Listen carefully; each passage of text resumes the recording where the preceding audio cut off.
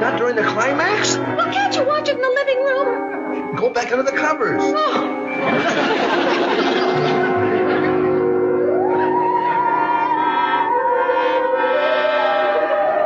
Rob, I can still hear that weird music. Shh, honey, please.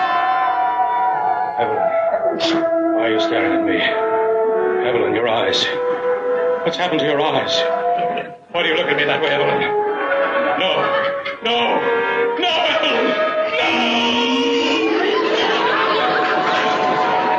Rob, I can still hear it. All right, honey, you win.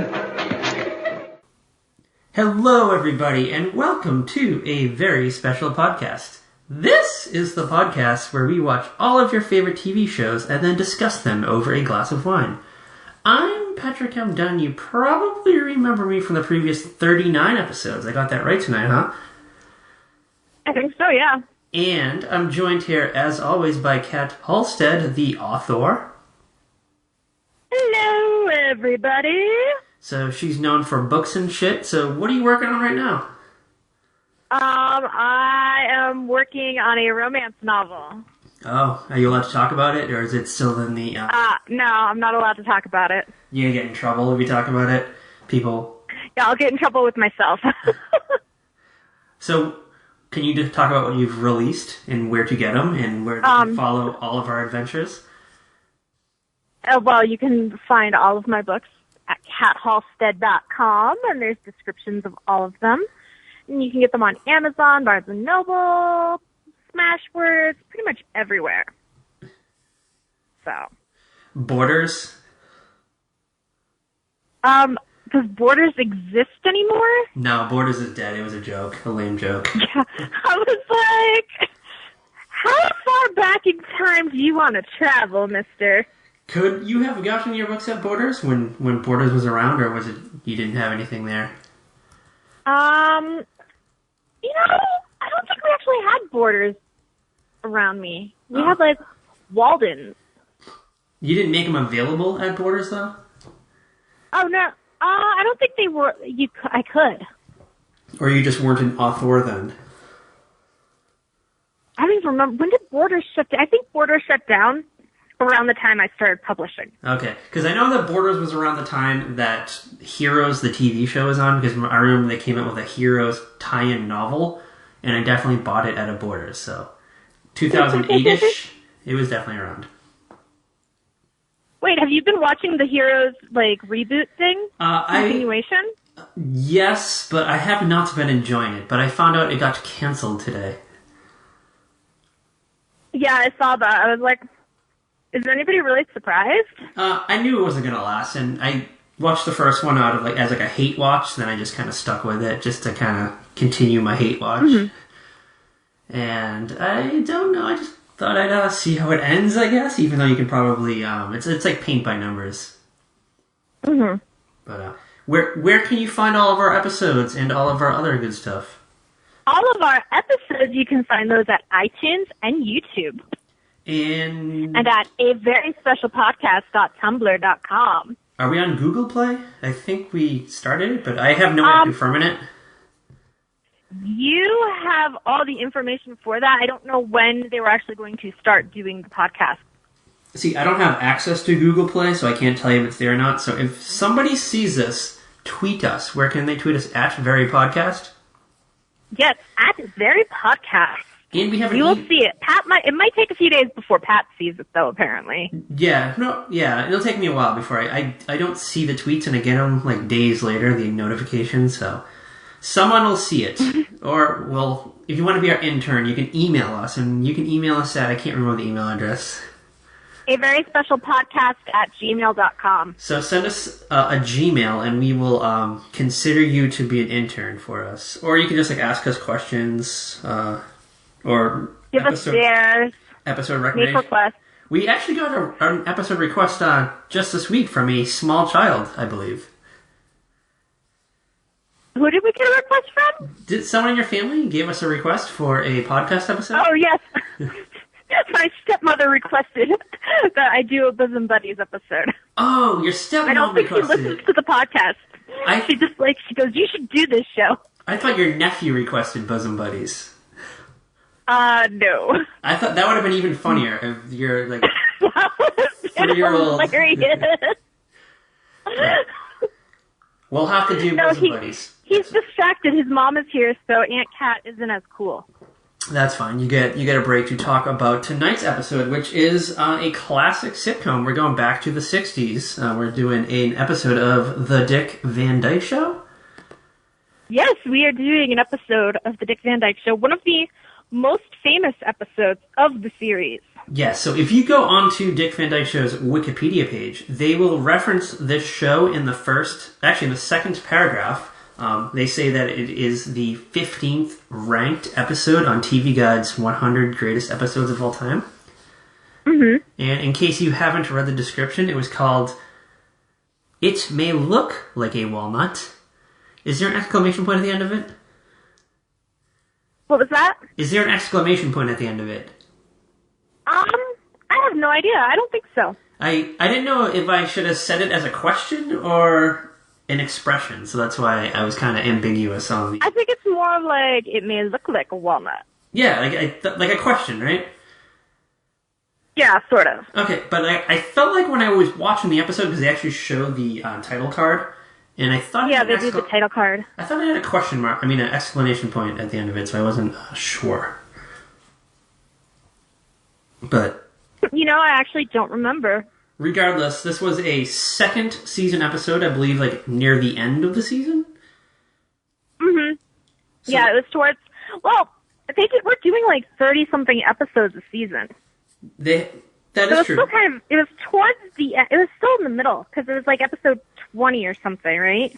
Well, it's episode 20 according to everything that I have read, but if you watch the episode on Hulu, they list it as episode 21. And I think I solved the mystery last night, to be honest with you. Oh, really? Okay, because I noticed that Hulu has the original pilot as the first episode of the show. Okay, but they put the pilot with season 1. How does that misnumber the episodes for season 2? Because I thought of that too. I don't know. I just assumed it like bumped everything down the line, and they just always went one ahead. Actually, you know what? Maybe if they bumped an episode off of the end of season 1 and put it with season 2 instead by accident. Possibly, and there's probably some really shitty intern that works at Hulu that didn't really number the episodes right. Mm-hmm. So, I don't know, should we... Well, I want to talk to the person who decided that all of the episodes of Dick Van Dyke were free except for one episode that you had to have Hulu Plus to watch. I want to know why that one episode. Which episode is it?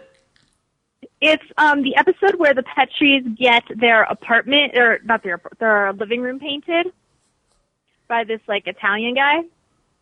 Okay. Do they go by Petrie or Petrie? Petrie. Okay, if you I watched like the first 10 minutes of the original pilot, which has different actors in it. I watched the entire one. I couldn't get through it. And it was so weird when they kept pronouncing the last name as Petrie. Differently. I was like, what the hell? Like a Petri dish. That's not right. That is not their last name. It was the long E as opposed to the short E. So, like, as I was watching it, I'm like, wait a second, I'm pretty sure they always said Petrie. And then I started to doubt myself. So, alright, so the original pilot of the show starred the character of Rob Petrie with a long E was played by Carl Reiner. Or Reiner, however you want to say it. I guess he's one of the creators of the show. He based it on his own experiences as a television writer on many of the programs that he worked on prior to this. Alright, so this show, it premiered in 1961? And was 5 seasons? Yes. So it puts it to about like 66? 1966? Something like that, yeah. Okay. And, alright, so we're probably like 1963 in this episode, I imagine?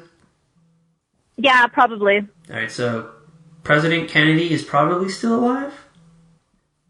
Yeah. Alright, so we lived in a Kennedy-era America when this episode aired. This is Camelot. We are living in the era of Camelot. Mary Tyler Moore kind of has a Jackie O-ish vibe. A little bit. Like the hair, anyway. And I guess in the 60s, you were either a Marilyn or a Jackie. And Mary Tyler Moore was definitely chilling her Jackie hair.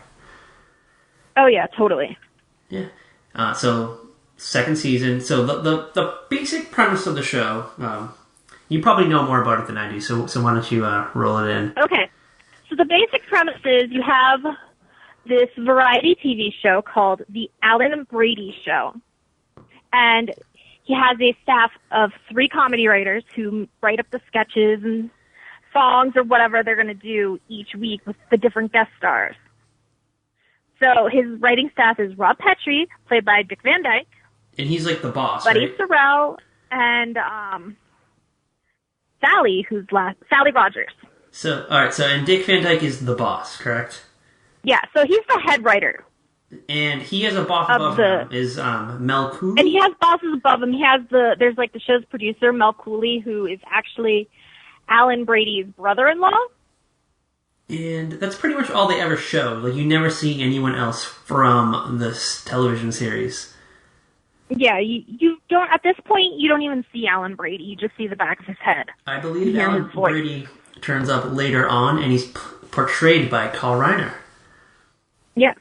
Who is also the creator. And then Rob is married to Laura, played by Mary Tyler Moore. Like a pre-Mary Tyler Moore, obvious Mary Tyler Moore. Yes. And then they have a young son named Richie. Who is just like a plot device. Richie, like, he has maybe like some stories, but it's not like today where the kids actually have like their own story. Like, I believe they probably give him like a few lines every episode.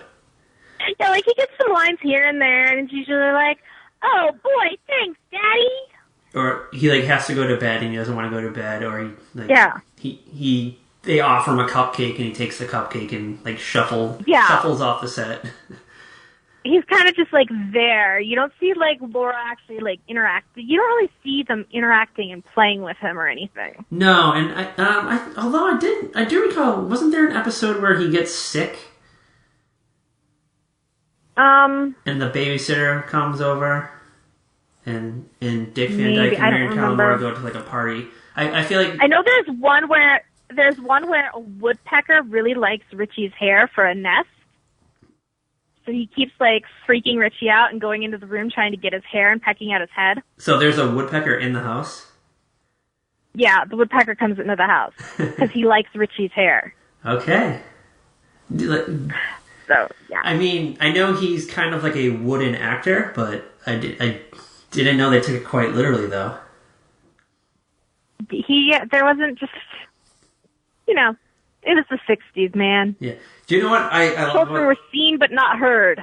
Do you know what I love about the character of Richie, though? He kind of acts like the same way that DJ Connor acts on Roseanne, where he just shouts his lines.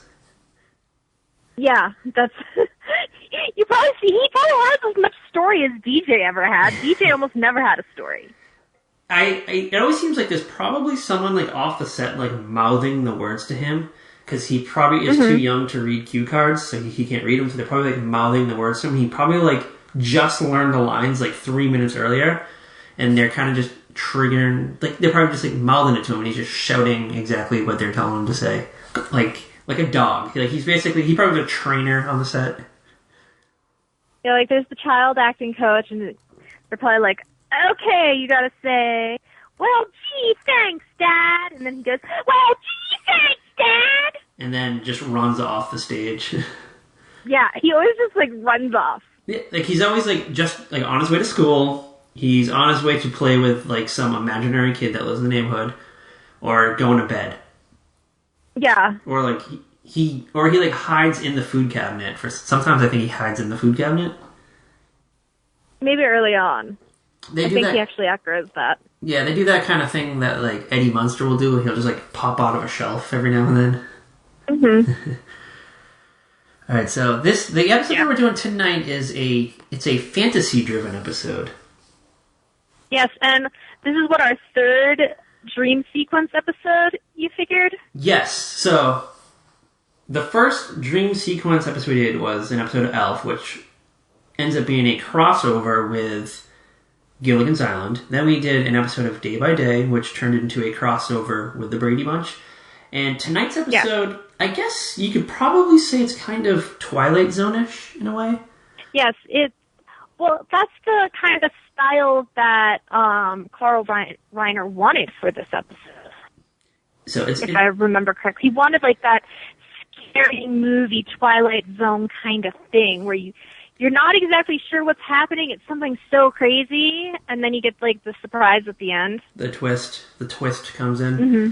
So the plot is loosely based on Invasion of the Body Snatchers.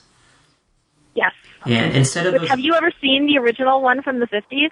Yes. I love that one. It's no different than this episode. Yeah, and it's just like twice as long because it's like an hour and 5 minutes. So.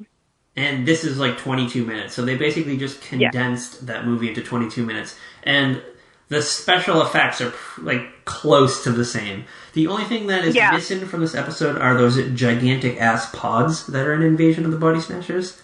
Yeah, these giant looking pea pods. Yes, so compared to a little walnut. So, per Carl Reiner, I read an interview. So he basically says that the significance of the walnuts was that it was based on the pods from Invasion of the Body Snatchers.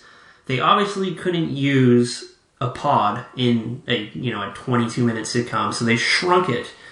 And instead of a pod, the episode focuses around a walnut, like a walnut in a shell. Mm-hmm.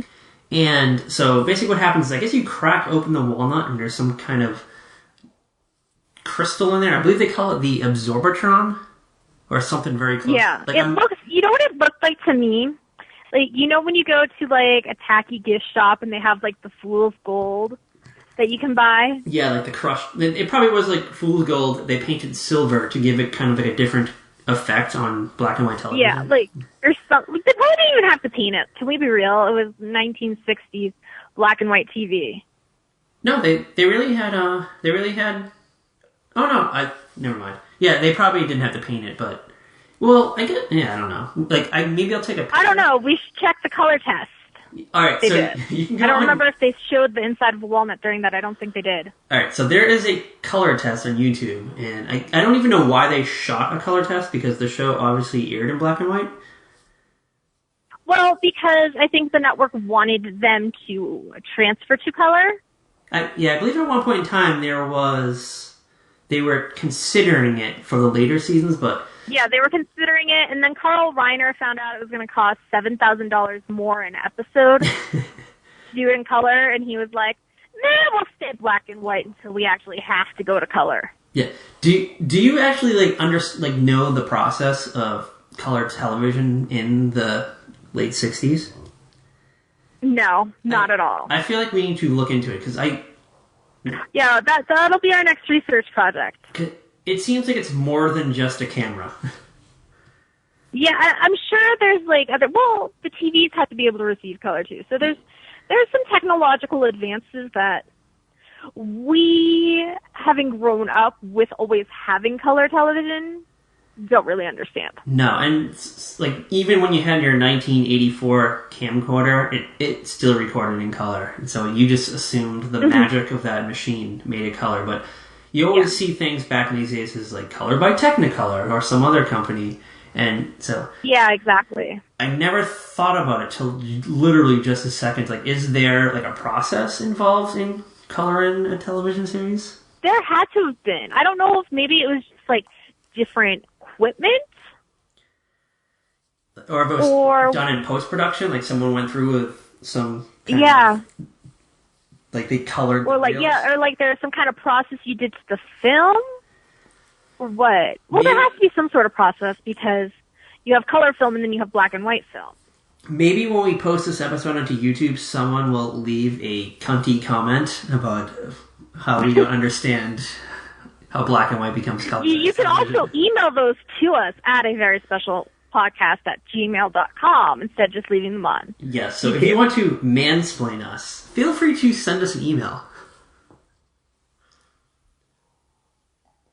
Yes, that would be awesome. We would appreciate it. And we might even give you a shout out on the show, if you wish. Yes. Alright, so should we get into the episode, or is there like other tidbits that we should bring up? I think we got like some. Danny Thomas. I feel we should mention was actually like one of the producers of the show. Okay, so Danny Thomas has a guest appearance in this episode. He plays the alien that they reference several times. His name is Kolak. And he also was the star of a television show around the same time. I believe it was the Danny Thomas Show. I think so. And some other things. So it's like he was like a big star at the time. Yeah. Well, he's Marlo Thomas's dad, a.k.a. that girl. Okay. He started St. Jude's Children's Hospital. Oh, did he? Yeah, and that's why Marlo Thomas is always in the commercials for those. Okay. And I'm assuming Danny Thomas is dead now, right? Yes, he passed away in the 80s, I believe. Alright, so he didn't make it to the modern era? No. Alright, there is one thing that I feel I should bring up before we get into this episode. Whenever I watch an old show, I always, like, the first thing I do is I go on to, like, IMDb or Wikipedia, and I look to see who's still alive. Mm-hmm. So, the cast of the show, I guess, was pretty healthy, because the only one who passed on from the main cast, anyway, that I could find was Maury Amsterdam, who played Buddy. Yeah. He left this planet in the 90s, unfortunately. Yes. I was actually very shocked when Patrick told me this because I hadn't gone to do my research, and I believed that Rosemarie, who played Sally, had passed away too. And he's like, no, she's still alive. And I was like, oh. She's still kicking. I'm sorry, I thought she was dead. I think she's only like a little bit older than Dick Van Dyke. Yeah, she's actually, that was something we found out. She's only like a little bit older, but I always felt like Sally was like 10 years older for some reason. Oh, she definitely looks a little more like rugged than Dick Van Dyke. All right. Yeah. So Rosemarie was born in 1923. Okay. Dick Van Dyke was born in 1925. So it's 2 years. So she's 2 years old. 2 years. Like, that's hardly... See, I always felt like Sally was so much older. Yeah, she kind of... than Rob. Maybe in those extra 2 years on Earth, like, she lived a lot. Maybe. Yeah, but... well, because also, I guess because it was the 60s and Sally wasn't married yet, that made her sound older because they always acted like she was just this, like, old, dried-up woman. They kind of did. So. And... But really, Sally was probably, like, our age. I did the math, so I think Dick Van Dyke was like 35 when this episode aired. Okay, so she was a little older than us. Yeah, but it's still pretty shocking because we always go back, like when we watched episodes and we find like the dad from the show who has like teenage children is like 34. Yeah, okay, let me tell you something. There are times where I'm watching Girl Meets World, which is the continuation of Boy Meets World, and I always have to go, Corey and Topanga have a teenage daughter. What? Because they are like our age. Yeah, but I think it's more accepting. Sort of, because of the whole, like, the Boy Meets World timeline is a little weird. But there are times where I'm just like, wow, that is so weird. Like, if you actually think about it. Yeah, but I think... They're our age, and they have, like, this teenage daughter. That doesn't shock me for some reason, only because I feel like we grew up at the same time as them. And yes. So it makes sense, and I see myself as being the same age as them.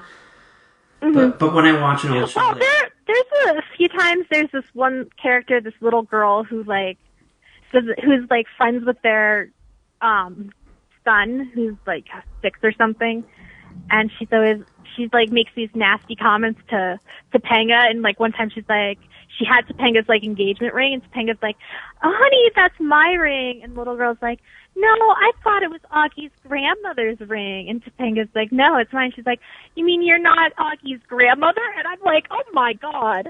Like stuff like that. I'm just like, oh my God. Who's Augie? Augie is Corey and Topanga's son. They have a son? I thought they had a girl. They have a daughter, Riley, and they have a son, Augie. And Riley's the girl from Girl Meets World? Like the Girl Meets World, yeah. The title of girl? Yes. Okay, and so Augie is obviously a younger child? Yeah. He's like the Morgan to her Corey. Okay. So that means he's going to disappear someday? No, probably not, because there's only 2 of them. And get recasted? No, probably not. He's adorable. They don't have like a wacky older brother that... No, in the original pilot, they did have an older brother for Riley, but it didn't work out. Were they trying to... And so they cut the older brother, they did a different pilot. The original Riley's the oldest, then there's Augie. And a lot of people think there will be another child coming in the next season. Oh, that's kind of dumb. The baby always ruins the storylines. But anyway, enough of this show. We can revisit it at a later time. Yes, we will. All right. I have plans. One thing I did want to mention, all right, because we like to always get into backlot history of shows. Or studio history. So... Yeah. This is pretty exciting. So it wasn't filmed at our favorite backlot, which is the one from Desperate Housewives and The Burbs and The Munsters. Yeah. So this one was filmed at the Desilu Cahuenga Studios in Hollywood, which I Love Lucy was filmed there probably around like the same time or just before the show started. And then it evolved into Renmar Studios, where other shows were shot there. I think Who Framed Roger Rabbit was shot there, Ally McBeal, Golden Girls, General Hospital. And then in the 2000s it became Red Studios, which it still exists. I think Weeds was shot there. And it's kind of funny because in one of the seasons of Weeds, one of the towns they moved to was Renmar, California. So that's a little history there. And all right, so the series actually takes place in New York City, or just outside there. Well, it takes place. Rob works in New York City, and he commutes from New Rochelle. Do we know? Does he drive? Does he take the subway, a bus? I think he takes. I think he takes this like he drives to the station and takes this train and then drives back. Yeah, that seems like a very 60s kind of thing to do, because I believe on Mad Men, they did that too. I think like Don Draper would drive to the bus station or the train station. Yeah, they would drive to the train station and then, or like their wives would drive them and then pick them up. Yeah, well, actually, I feel like they had their own car because they like to come home really late. Yeah. After Don Draper was out like floozying around town. Yeah, it's like, gotta stop in at the pub and have a whiskey, sour, Manhattan, or whatever before I go home. And 72 deal with cigarettes. The wife and my yelling kid. Well, they were probably in bed by the time they got home. Yeah, probably. Like Laura probably stayed up for a little bit. She probably was watching TV. Yeah, Laura was probably like, she had to have dinner on the table for Rob. She probably watched like something on the television. And speaking of watching something on television, this basically is the opening scene of tonight's episode. So the episode opens in the Petrie's bedroom. So they're in their bedroom set, which are twin beds. Yes, they are twin beds. And they have their big ass TV on the nightstand, and they're watching a horror movie or like a sci-fi movie. They never say the name of the movie, I believe. Yeah. And they never give you the title. It's obviously a fictional movie, but it's based on the Body Snatchers. And Mary Tyler Moore is like frightened by this movie. Like, she's like under the covers. She's like terrified. Like the music is that creepy like 60s horror music that kind of just gives you that like freaked out feeling. It's kind of like a weird, like a humming noise. Like, it sounds like space, basically. But like kazoo kind of like music they would make. The zoo. Yeah. I can't do it because I don't have it. But you know what I'm saying. I know. Well, maybe we'll open the episode with a sound effect of it so you can appreciate it. And, alright, so But yeah, so they're in bed. Rob's like into this movie. Like he's so into it, and Laura's freaked out.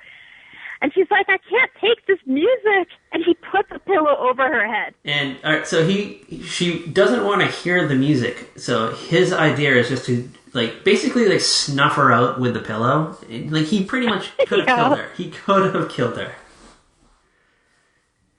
You know those scenes where and then she starts fighting back. Like, what the hell are you doing? All right, and meanwhile, while Rob is watching this movie, he's snacking, insanely snacking. I think there's yeah, there are so many. How many cupcake wrappers did we decide it was? At least 3. There was at least 3 that I could tell, but he had some other type of dish with him too. Yeah, I'm not really sure. Rob had some major midnight munchies. So he had 3 cupcake wrappers, and then he had something on a small plate. And then, I think there was something behind him. You know that shelf they have that's behind the bed? Yeah, I was I would guess maybe a nut dish or something, maybe? Yeah, I was thinking, well, probably because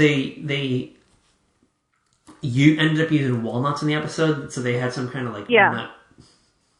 A nut bowl, I guess is what you call it.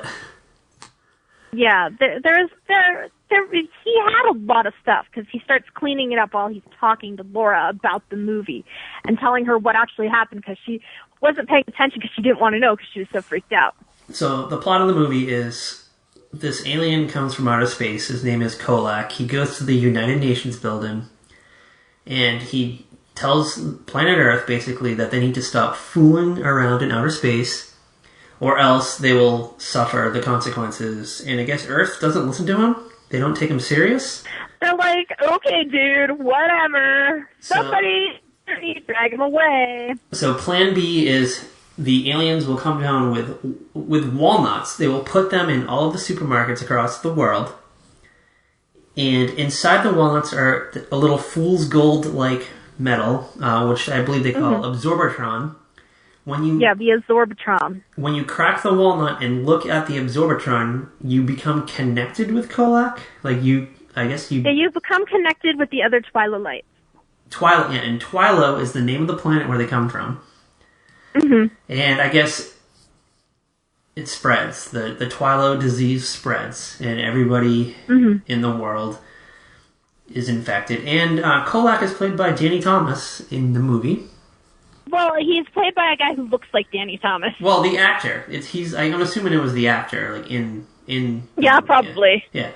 And so Rob describes this movie to Laura, and she is frightened, and she pretty much thinks she's not going to sleep that night. Mm-hmm. So, you forgot about the thumbs. Oh yeah. So when you become infected, you lose your sense of creativity, and you lose your thumbs, apparently? Yes. And you grow 2 eyes on the back of your head. Without your creativity and your thumbs, you can't create the things you need to travel to space. And you grow eyes on the back of your head. Oh, yeah. None of it makes sense. But that's why it's so creepy. I guess it's what they could have afforded on a TV budget, though. Yeah. So, good for them. So, Laura's scared. She's frightened by this. And she just, she sets the alarm clock for 1 hour from now because she doesn't want to fall asleep and then have to wake up in the midst of a nightmare. And she's like, I'm going to wake up screaming anyways, so. So, is her idea just to sleep for an hour at a time? Yeah, I think so. She's maybe if I don't have a nightmare, I'll be okay, and then I can sleep more. Yeah, I don't know. It seems kind of weird. It just seems kind of like a dumb throwaway line. So now we cut to the next morning. Mm-hmm. And Rob wakes up and he walks out of his bedroom and there's walnuts all over the living room floor. And he's stepping on them. They're cracking. Yeah, there's a bunch of walnuts just there and you hear the crack.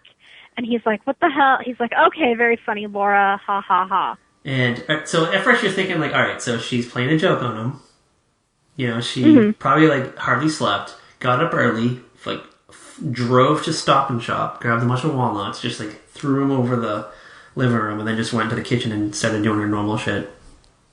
Yeah. So Rob goes in there, and I believe he mentions it to her. He's like, nice joke, and she's like, what are you talking about?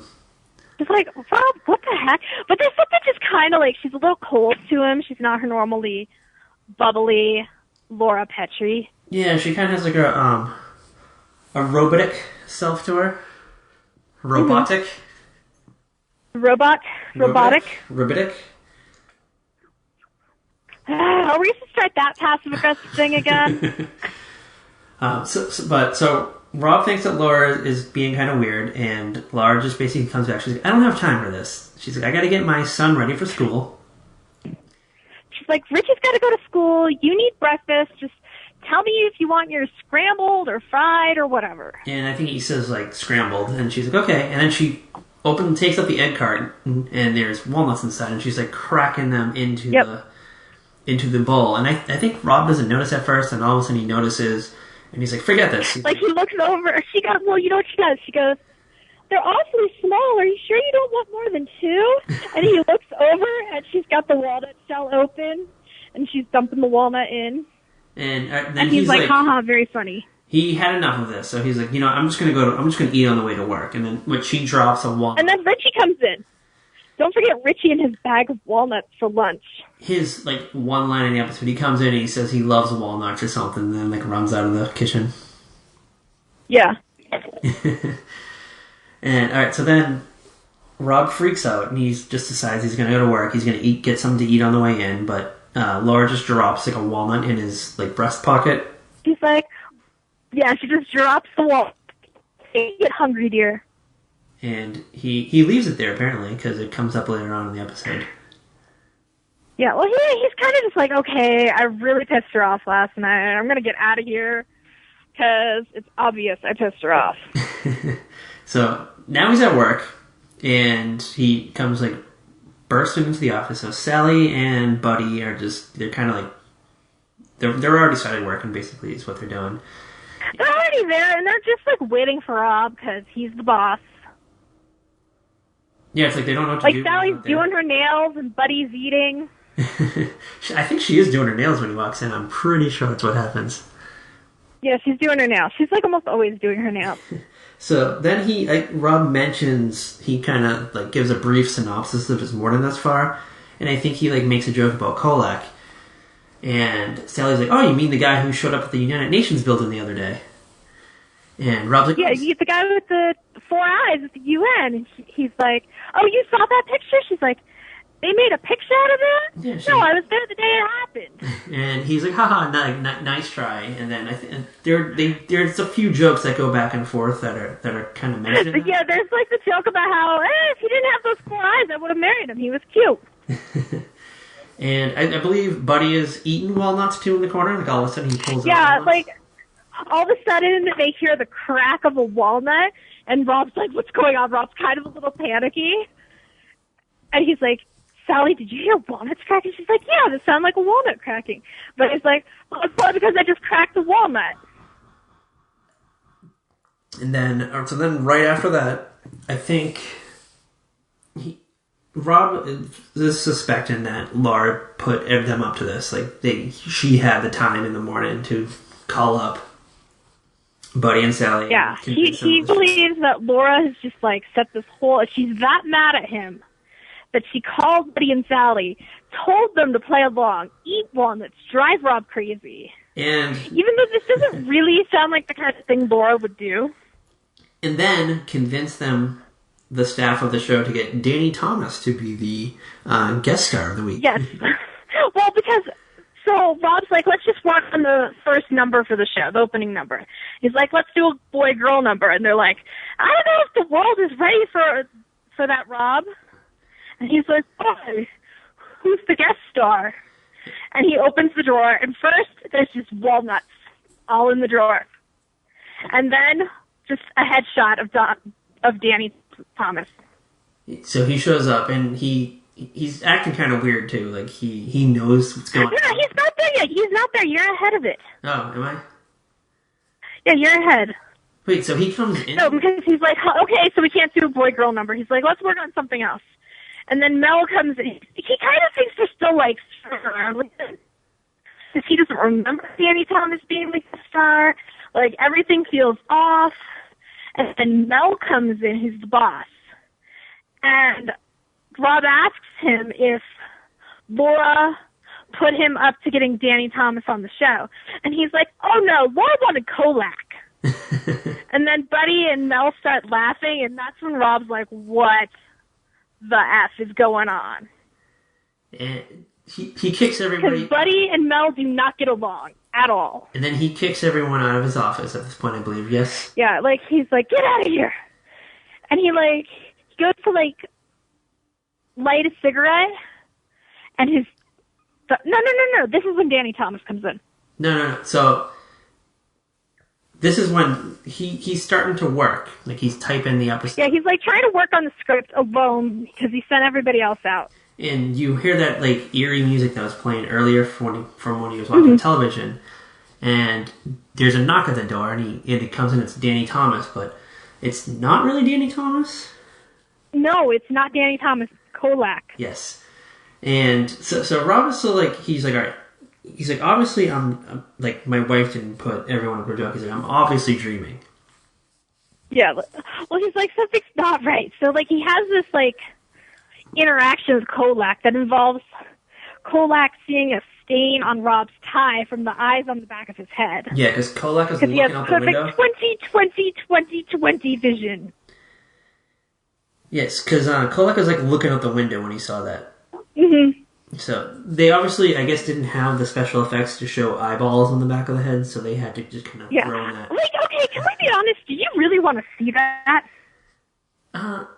It wouldn't have been that hard to do. I think you could have got Google eyes. You could have, but I don't really know if I want. I think it's kind of creepier not seeing that sort of thing. Yeah, so that wasn't it creepier not knowing what it was that the guys on Lost saw when we didn't see what they were seeing, when we didn't see the smoke monster at first? Yeah. Wasn't that creepier? Yeah, but you kind of still eventually want to see it, though, and you never see it. Well, yeah, you eventually want to see it, but there's no payoff in this episode. It's like in a horror movie where if you don't see that monster right away, yeah, you see everybody reacting to the monster, it is far scarier. Yeah, but I mean, than if they showed it to you right away. You eventually will see it, but on a sitcom budget in 1963, you're not going to see it because they just have to allude to it there.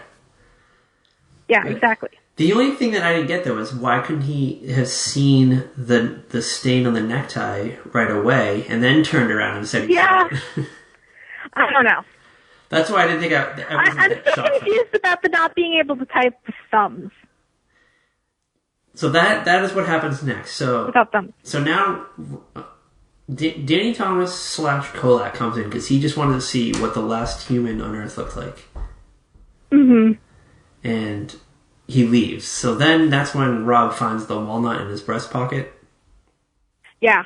And he cracks it, and that fool's gold metal pieces in there. And he panics, and then he starts to type, and then he realizes he's missing his thumbs. Yeah. And the effect... Oh, no, because he goes to have a cigarette. Oh, that's what so he couldn't light the cigarette. And he goes to try and light the cigarette, and he can't because he doesn't have thumbs. And it's the worst effect because it just... Dick Van Dyke just tucked his thumb behind his hand, and they just shot it from a funny angle. But... That's what everybody did. In later scenes, though, you can see his, full thumb. Yeah.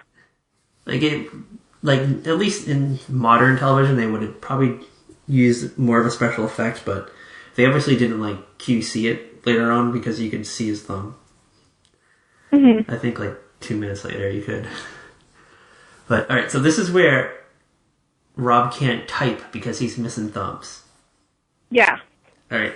We tried this, we discussed this. Well, he's trying to type, but he can't type without his thumbs, apparently.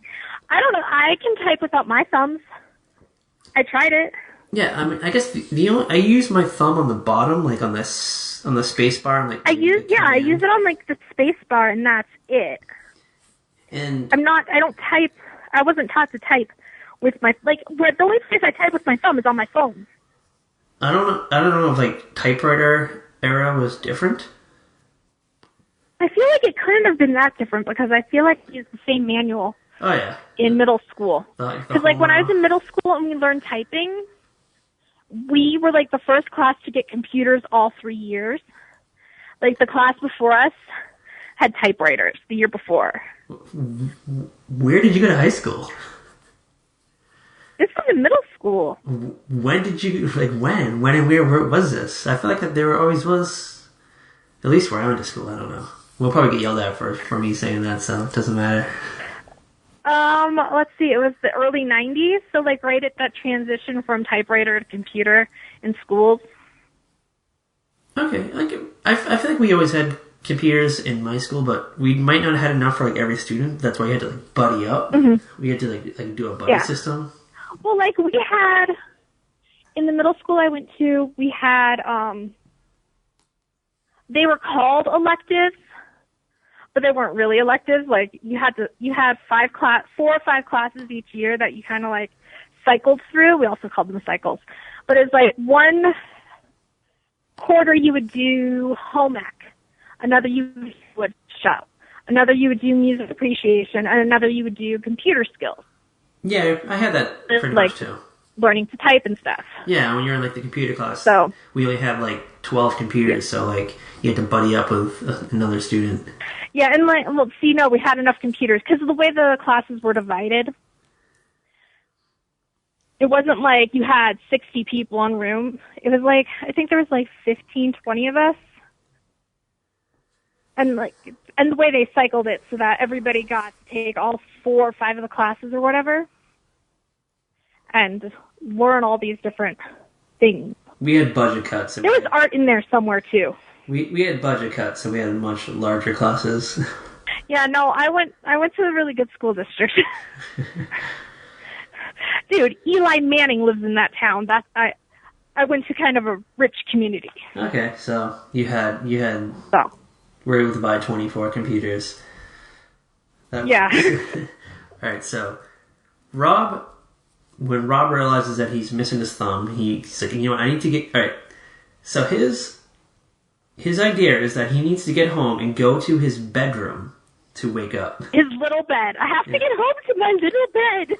And, all right, so I think doesn't he try, like, slapping himself across the face to wake up, and it doesn't work? Yeah, he tries to, like, slap himself and it hurts, and he's like, oh no, it's not supposed to hurt in a dream. And then he calls his house.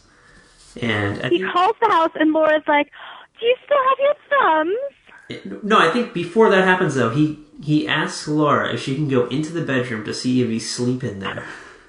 Oh, yes. He asks to see if he's asleep in the bed. And she's like, oh, Rob, come on. And then she references, like, what's wrong? You lost your thumbs or something? Yeah. So he then realizes that he has to, like, fly home as fast as he can because he needs to get home before the alarm clock went off. Mm-hmm. It doesn't make sense because if it was a dream, the alarm would have went off anyway, and he would have just exactly. But he had to get home before the alarm went off, or he never would have woken up. I guess it's just like the element of fear maybe that they had to create. Mm-hmm. So he pretty much like flies home. So he gets home and he's like trying to find, like, no one seems to be around. So he's like looking around the room and he opens up one of the closet door, I guess. Yeah, he goes like. He opens the closet, and thousands of walnuts come flooding out. And then a moment later, Laura comes sliding down them. Yes, so they had to... It is one of the greatest moments of television history. I love that moment. And they only had, like, the time and effort to film it once, so they had to get it right the first time. Yeah. Because I imagine it probably took all day to get freaking 1,000 walnuts into a closet and then have someone slide down it. Yeah, exactly. But, I mean, you can clearly tell I did it in 2 cuts, but... Alright, so they had so many walnuts on set that they basically just, like, they didn't want to just get rid of them, so they gave them to the cast and crew, and everyone got, like, constipated from too many walnuts. Yeah, because they were just eating so much walnut. But, you know, like, the ones they didn't eat and that weren't broken did eventually end up in supermarkets across the country. Oh, for real? For real. They like, gave them back? Yeah, they gave them back to the farmers. I feel like that wouldn't fly today. Yeah, I don't think so. Like, if the walnut touched the like if it came out of the bag, I wouldn't even want it. Yeah, that'd be a little weird. But yeah, so then Laura's like there on the walnuts, and she's like, "Oh, darling," and she gets up and she strolls across the room, and she gets a breath of air. Wait, oh, we forgot about the water. Oh yeah, all right. So one of the Twilos, they don't breathe air; they breathe water, but they don't. Yes, breathe. which reminds me, I need a breath of fresh air right now. They from don't my like, breathe throughout the day. They just like every now and then they just have to drink water. Mhm. Which I don't know, kind of weird. So of course, every time I see somebody walking around with an algae, now I'm going to be like, "Are you from Twilo?" So then I think this is where Mary Tyler shows her back is to Rob, and then she mentions the stain on his tie, and he's like, "What are you talking about?" And then she like parts the back of her hair, but she goes, "Yahoo!" And he gets this like disgusted, freaked out look on his face.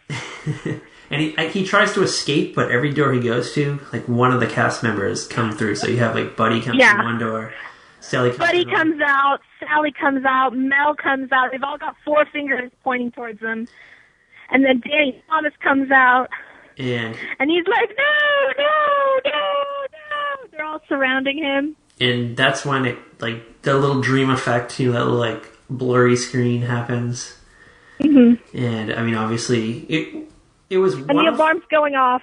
It was one of 3 things. And him and Laura are both waking up from nightmares. It was one of 3 things that was going to happen. It was either like an elaborate prank, which became less believable when thumbs started disappearing. Mm-hmm. It was a dream sequence, or this was really happening and it would just never be mentioned again. Yeah. Which I kind of would have liked if they'd gone that route. Where everybody was really a Twilo light? Yeah, well, like, it really happened, and then it's never mentioned again. Just never mentioned again, like, oh, Rob actually still has his thumbs. Like, kind of like a Simpsons episode where it doesn't have, like, everything goes back to normal, but they never bring it up again. Yeah. Kind of like The Simpsons, stuff happens, but then it's never mentioned again. Yeah, like, things will go back to normal, but there's still, like, unresolved things, and it's just, like, like, Principal Skinner is not really Principal Skinner, he's another guy. Yeah. It's never brought up again. Exactly. Alright, so now Rob's awake. It's funny because he's the one who ended up having a nightmare. Well, Laura had a nightmare, too. Did she? Yeah, she had a nightmare that Danny Thomas was throwing walnuts at her, and everywhere they hit her, an eye would appear, and she would lose a thumb. Okay, and she was just trying to, like, fit in, I guess. Uh-huh. Who knows? So, now they don't want to go back to sleep, so they decide they're just going to watch television to kind of, like, they're just going to stay up all night and watch TV. And, yeah, because that's what you do when you can't sleep. Yeah, and you're a little freaked out. You need that, like, comfort of the TV. So they're trying to find something to watch. So there's, like, an exercise program on. Mm-hmm. And obviously they don't want to be exercising at, like, 3 a.m., so they pass on that. And then it cuts to an ad for The Road to Singapore with Bing Crosby, Bob Hope. But if you watch this episode on Hulu, there's a major closed caption error. Yeah. So they say that The Road to Singapore stars Bill Cosby. And which set us, like, going, wait, what? Well, did Bill Cosby and Bob Hope ever work together? The only reason it was funny, though, like, that I didn't even think of that. I just thought it was funny because because I was watching it on closed caption, and it said, Bill Cosby, Bob Hope in The Road to Singapore. And then Mary Tyler Moore was like, oh, what's the harm in that? Like, God. I thought it would have been a lot more funnier if that ended up happening, but no, I think the person who was writing the closed caption heard Bill Cosby and not Bing Crosby.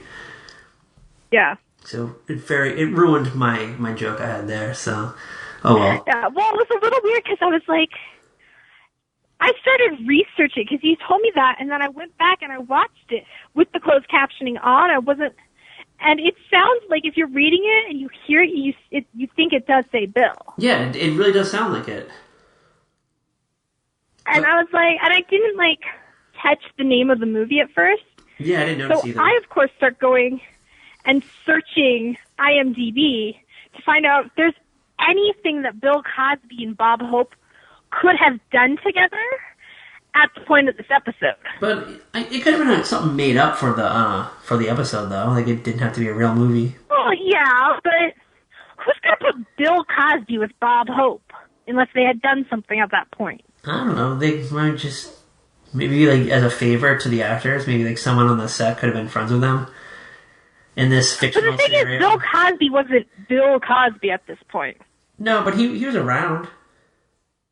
Yeah, he was kind of around. Yeah, like, he could have been... Like, But, like, because there was, like, I think it was, like, a year after this, Bill Cosby was on, like, a Bob Hope variety show in an episode. yeah, he had... Like, he was working. Yeah, but then, like, I rewatched it, like, the fourth time I rewatched it for this, because it is my favorite episode. I turned off the closed captioning, and I was like, no, I'm pretty sure they say Bing. I'm watching, and then I paid attention to the movie, so then I looked up the movie. You were really trying to prove me wrong on this, and I did know... Yeah, I was just, like, really confused why it would be Bill Cosby, not Bing Crosby. Because Bing and Bob did all those, like, movies together. Yeah, I didn't... Well, one, I didn't catch the name of the movie, and then it was just like a throwaway line, so I did zero research after it. And I was like, oh, that was pretty funny, and went on with my life. And then I told you, and then you, like, went on this, like, crazy, like, escapade to prove me wrong. I didn't let it go. And then... There's something wrong with me that I didn't let that go, but it was bugging me. So then I was like, it didn't fuck, do I make have sense to me. Do I have to go back? So I went back to watch the episode, I threw it on closed caption, and it still said it, and then I did no research after that, and then... I don't know. Yeah. So, let that be a lesson to y'all that a closed caption is not always accurate. No, it's not. The best is when you have, like, a live program, and, like, the host knows that, because sometimes it's either automated by, like, a computer system, or there's actually a human being typing. They still have humans that type it. Oh, yeah, I know. But So, it's really hard, though, like, on a live... It's always, like, it's a bit behind. yeah, you'd have to be, like, really on top of it. Yeah, you have But to I hear remember I things. was watching this show late at night called Red Eye, and one night the host and the guests were just like, they just went off on this whole thing about closed captioning guy sucks, closed captioning guy says this, closed captioning guy says that, and it kept coming up on the captions. So they were saying that on the show? And they were saying it on the show, like, the host would say, well, he, like, started on something, and he, like, for some reason just suddenly started thinking of the closed captioning person typing. He's like, I wonder, it was kind of like, I wonder if I say they say this, they'll type it. Well, I'm always, like, wondering, like, every now and then if I'm watching something on live, I'll throw on the closed captions to see if there's, like, hidden messages that are coming through.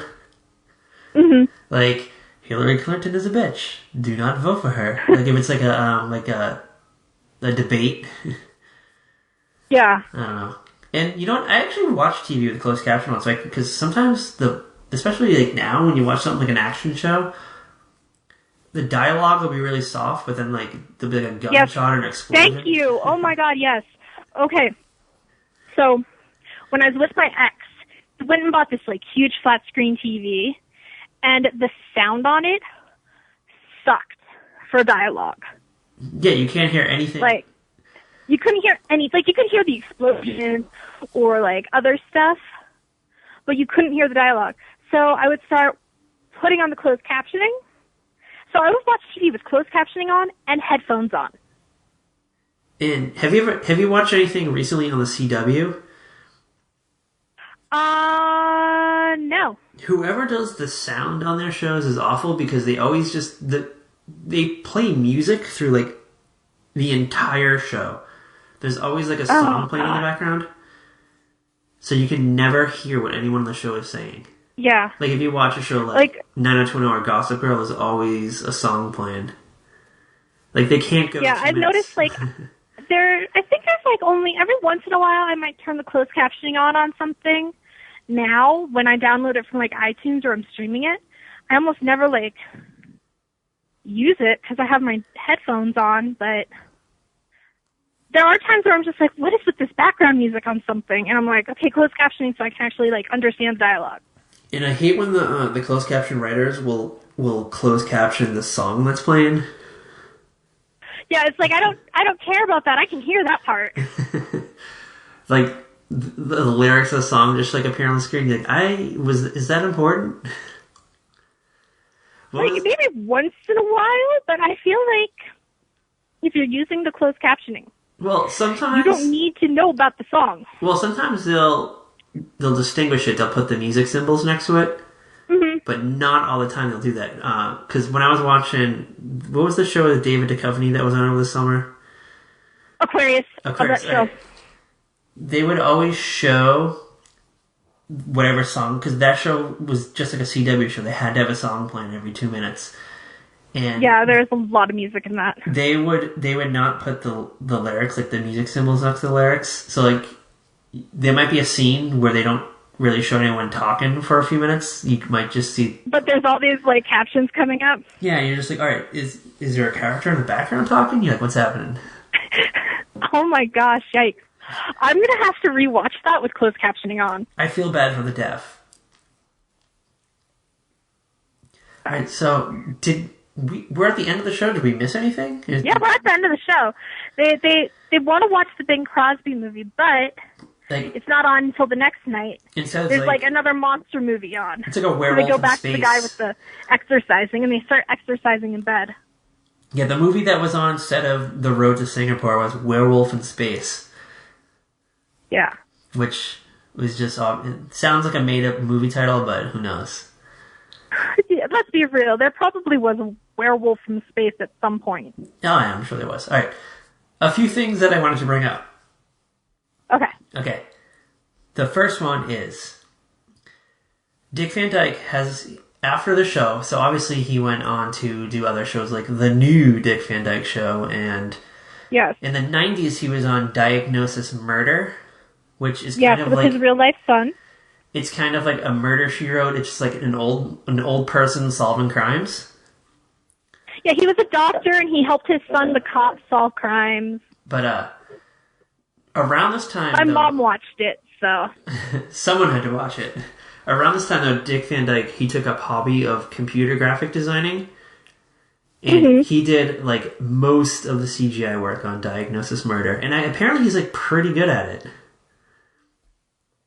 That's cool. That's really cool. If you Google Dick Van Dyke like CGI work, I think there is a clip that comes up on YouTube. It's I think it's from an episode of Diagnosis Murder. Actually, it's like a guy like a stunt, like a motorcycle stunt, and they didn't actually they made it look like the motorcycle was like flying through the sky, and it's really just like a CGI thing that Dick Van Dyke did. Wow. So he's like useful. He's still alive and useful. Okay. Yes, he's awesome. Did you see the flash mob people did for his birthday a few weeks ago? No, I missed that. Oh, you gotta look it up. They did it to like the Mary Poppins songs. Oh, you know, I did see that. Okay. I really didn't care for Mary Poppins, so that's why I kind of just went by the wayside. Yeah, I'm kind of like, he did other stuff. He did Bye Bye Birdie, people. You couldn't throw in, put on a happy face? Come on. No. And all right, so other things. So Carl Reiner, he did a guest spot on the Cleveland Show, which is like the Family Guy spinoff. And I guess like around the set, like he pitched jokes, so they gave him like a writing credit in an episode of Cleveland Show. I guess he like wrote jokes for an episode. And Carl Reiner's character Alan Brady appears in an episode of Mad About You in the 90s. Yes, he did. It's a great episode because Jamie and Paul both kind of fall into the Rob and Laura roles when he's visiting. Is it really happened, or is it a dream sequence? No, it was like really happened. Like he was Alan Brady. Okay, I didn't know if Helen Hunt like hit her head and just imagined she was on the show or something. No. Okay, and then so let's put it like this: in the same universe, you have Mad About You. So you've got Friends is the same universe. Seinfeld, and the Dick Van Dyke Show. Yes, and Herman's Head, because Sally and Buddy reprised their roles on an episode of Herman's Head in the... Okay, if you remember Herman's Head, you have to tweet us at @verypodcast, #Herman's Head. If you have an episode of Herman's Head on VHS and want to convert it to DVD and send it to us, also tweet us. At @verypodcast. Yes, alright. Okay, and the Dick Van Dyke Show was nominated for 25 Emmys and won 15. Wow. Alright, have we gone back and looked at the accolades of the shows we've done? Because I'm trying to think of this is probably... Occasionally we focus more on the actors. Like we did when My So-Called Life, we focused on how basically Jared Leto got as many awards as Claire Danes has for one role. Like, he has a bunch of awards for one role. That's the amount of awards Claire Danes has for, like, roles. And I bet Cheers probably won a lot of shit during this round. But but Mary Tyler Moore and Julia Louis-Dreyfus, they are tied for the most Emmy wins for, I guess, I don't know if it's an actor or an actress or both. Actress in a comedy. So they both have 7 wins, but Julia Louis-Dreyfus was nominated more times though.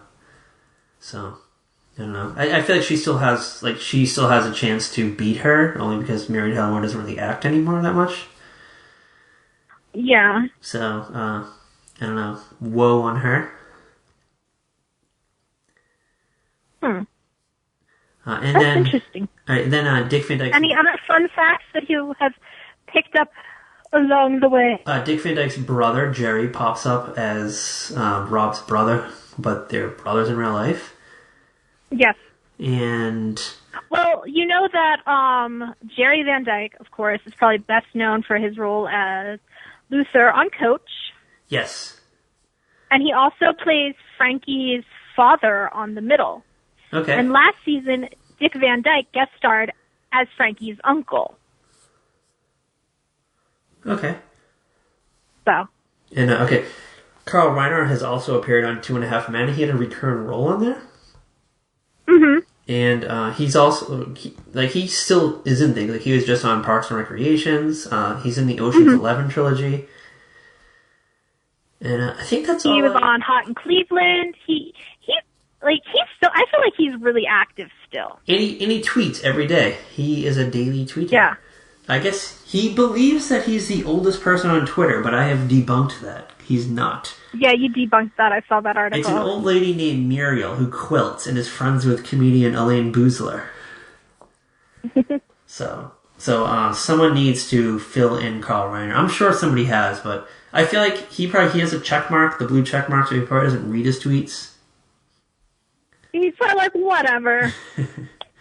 But if you actually go through and read them, they're just so mundane and funny in a non-funny way. Yeah. Yeah. Oh, and the last fun fact, and then we can take it out. All right, so Dick Van Dyke has personally mentioned this episode as being in his top 5. Mm-hmm. So great for us. Well, it's a great episode. It is one of my favorite episodes. All right. Actually, it is my favorite episode of the Dick Van Dyke Show. I had never. I don't recall ever seeing this one. Okay, that's so weird. Because last week when I was leaving the DMV with my stepmom, she was asking me what our next episode was, and I was telling her it was the Dick Van Dyke Show, and she's like, "Oh, I love that show."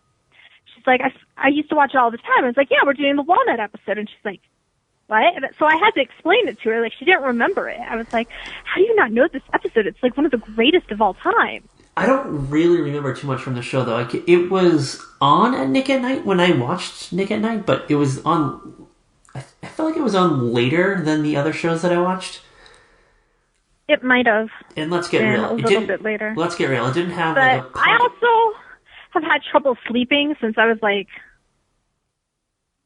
in the 3rd grade or something, so I watched a lot of the later night Nick at Night stuff when I couldn't sleep. Okay, and let's get real. This show didn't have a talking horse or a punk-ass kid, so I didn't pay too much attention.